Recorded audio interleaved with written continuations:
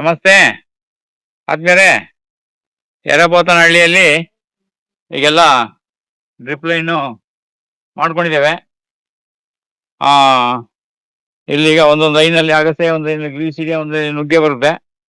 ಈಗ ಇಲ್ಲಿ ಗ್ರೀಸಿಡಿಯ ಗಿಡ ನೋಡಿ ರೆಡಿ ಮಾಡ್ಕೊಂಡಿದೀವಿ ನಾವು ಕವರಲ್ಲಿ ಎಲ್ಲ. ಇವಾಗ ಎಲ್ಲ ಇದು ನಡ್ತಾ ಇದ್ದೀವಿ. 15 ಅಡಿ ಒಳಗಡೆ ಮೊದಲನೇ ಲೈನೇ ನಮ್ದು ಇಲ್ಲಿ ಗ್ಲಿಸಿಡಿಯ ಬರ್ತದೆ, ಆಮೇಲೆ ಅಗಸೆ ನುಗ್ಗೆ, ಆಮೇಲೆ ಗ್ಲಿಸಿಡಿಯ, ಅಗಸೆ ನುಗ್ಗೆ ಗ್ಲಿಸಿಡಿಯ, ಈ ರೀತಿ ಗಿಡಗಳು ಇಲ್ಲಿ ನಾಟಿ ಆಗಿದೆ.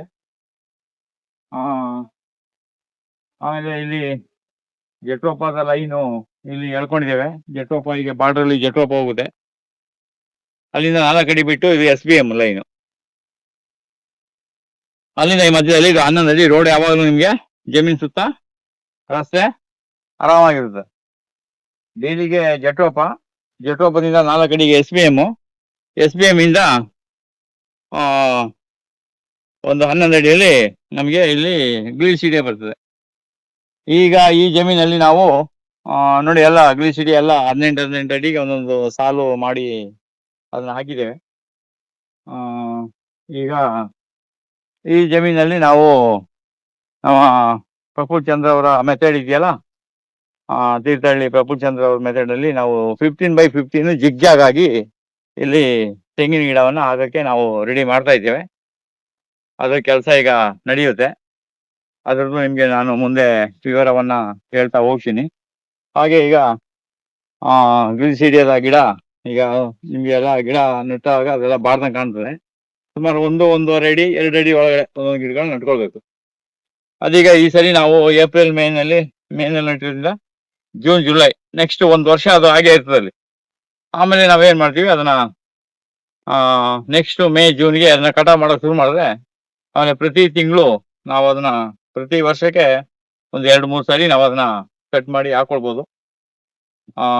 ಈಗೆಲ್ಲ ಇಲ್ಲಿ ಕೆಲಸ ನಡೀತಾ ಇದೆ.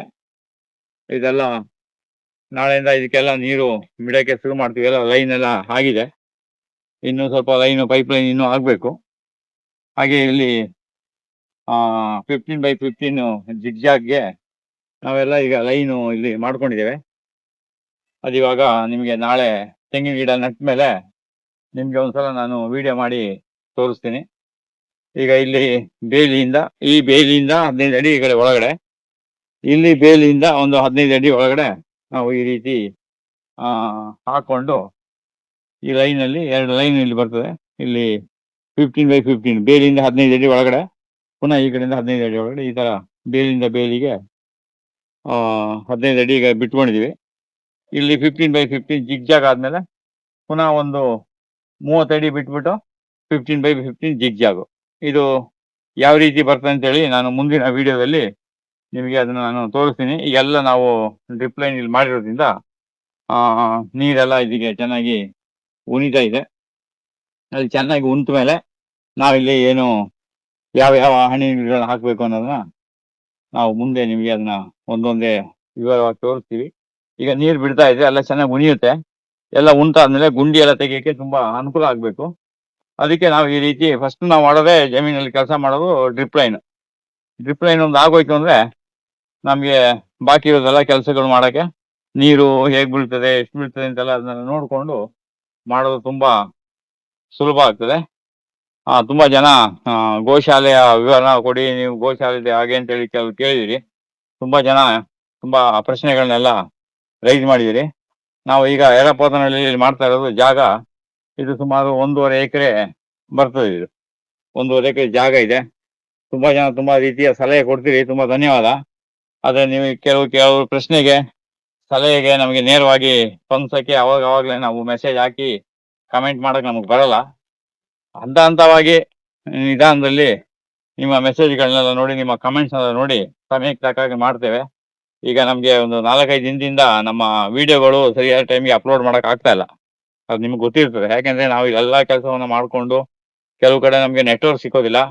ಅದನ್ನ ಎಡಿಟ್ ಮಾಡಿ ಎಲ್ಲ ಹಾಕ್ಬೇಕಾದ್ರೆ ಅವ್ರೂ ಸಮೇತ ಇಲ್ಲೆಲ್ಲ ಕೆಲಸ ಒಳಗಡೆ ಇನ್ವಾಲ್ವ್ ಆಗಿರೋದ್ರಿಂದ ಎಲ್ಲರೂ ಇನ್ವಾಲ್ವ್ ಆಗಿರ್ತಾರೆ, ಎಲ್ಲರೂ ಇನ್ವಾಲ್ವ್ ಆಗಿರ್ತಾರೆ.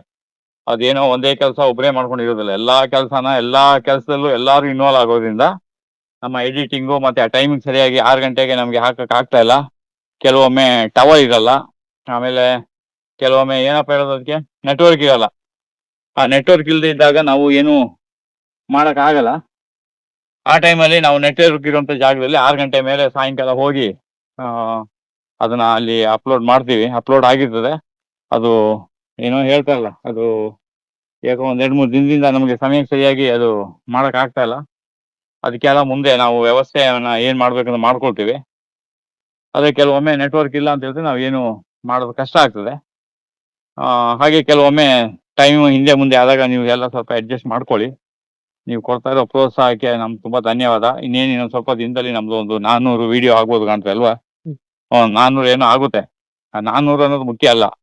ಪ್ರತಿ ಒಂದರಲ್ಲೂ ಜನರಿಗೆ ಬಹಳ ಸುಲಭವಾಗಿ, ಸರಳವಾಗಿ, ಕೈಗೆಟುಕುವ ರೀತಿಯ ಮಾಹಿತಿಗಳು ಇರಬೇಕು ಅನ್ನೋ ಉದ್ದೇಶದಿಂದ ನಾವು ಇದನ್ನ ಸ್ಟಾರ್ಟ್ ಮಾಡಿರೋದು. ನಾವು ಮಾಡೋಂಥ ವಿಡಿಯೋಗಳಲ್ಲಿ ನಿಮ್ಗೆ ಏನಾದ್ರು ಇಷ್ಟ ಆದ್ರೆ ನಿಮ್ಮ ಸ್ನೇಹಿತರಿಗೆ, ಬಂಧುಗಳಿಗೆ ಅಥವಾ ಯಾರೋ ಒಬ್ರಿಗೆ ಅದನ್ನ ಶೇರ್ ಮಾಡಿ. ಆ ನಾಲೆಜ್ ಅನ್ನೋದು ಒಬ್ಬರಿಂದ ಒಬ್ಬರಿಗೆ ಅದು ಹೋಗ್ಬೇಕು. ಆಗ್ಲಿ, ಒಳ್ಳೇದಾಗ್ಲಿ. ನಮಸ್ತೆ.